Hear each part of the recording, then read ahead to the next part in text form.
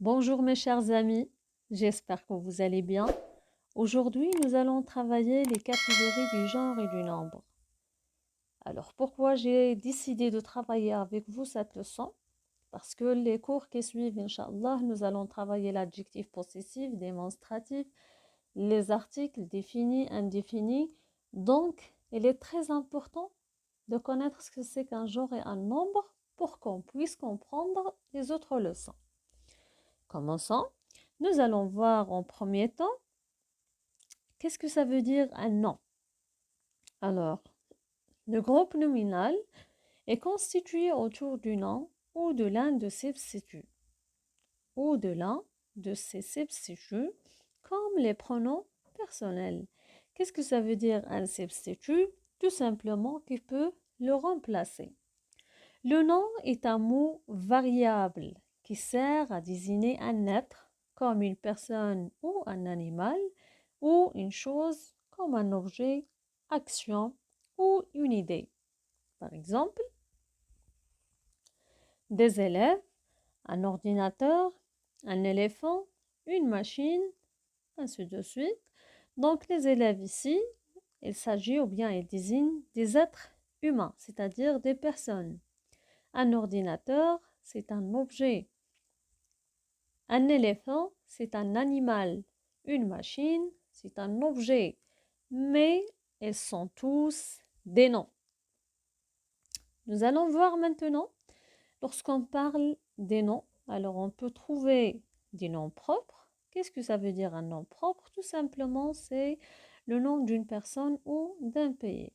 Comme vous voyez dans l'exemple, on a Ahmed, Fatima, Ali, Pierre, Paris, Sylvie, Maroc. Et j'ai mes 3 points de suspension.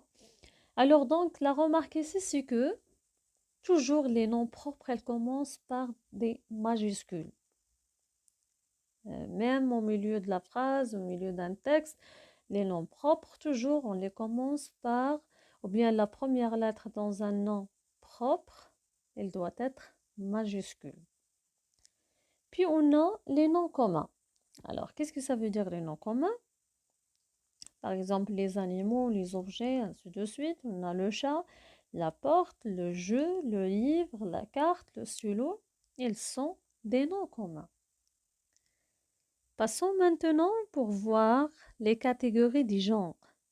Alors, quand on parle des genres d'un nom, il peut être soit féminin, par exemple, la table, la fenêtre, la classe, la maîtresse, la femme, ils sont tous des noms féminins.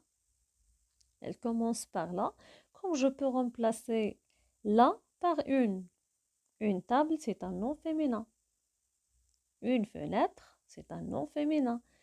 Ou bien, la deuxième catégorie, c'est masculin. Donc, le nom, il peut être soit féminin, soit masculin. Exemple de masculin, l'homme, le bureau, le marché, le professeur, le garçon, ainsi de suite. Elles sont des noms masculins. Et comme j'ai déjà dit, l'homme, je peux dire un homme. Le bureau, je peux dire un bureau. Le marché, un professeur, un garçon. Donc, toujours, elles sont des noms masculins. Et concernant la catégorie du nombre, elle peut être soit singulier, c'est-à-dire un seul, par exemple, le genre, le nombre, la catégorie, le nom, le cours, le partage, la confiance, ainsi de suite. Et sont des mots singuliers. Et comme vous voyez ici, nous avons des noms féminins et des noms masculins. Mais l'essentiel, c'est qu'ils sont singuliers. Alors, et puis, nous avons le pluriel. Alors, qu'est-ce que ça veut dire le pluriel? C'est plus qu'un. Elles peuvent être 2, 3, 4, 10, 1000, pourquoi pas. Alors, le pluriel, on a les filles. Les filles, et à la fin du mot, on a S. Ça, c'est un pluriel. Les garçons, les apprentissages, les saisons, les jours, les habitants, Alors, tous ces mots-là, ils sont des mots pluriels. Et comme j'ai déjà dit, ils peuvent être aussi soit féminins, soit masculins. Pour mieux comprendre un exercice, alors qu'est-ce qu'on va faire? Classe les noms ci-dessous selon leur genre et leur nombre.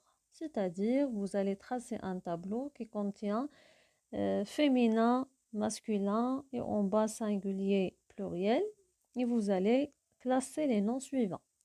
On a vache, loup, homme, femme, humanité, cahier, livre, cartable, Jeanne, Juliette.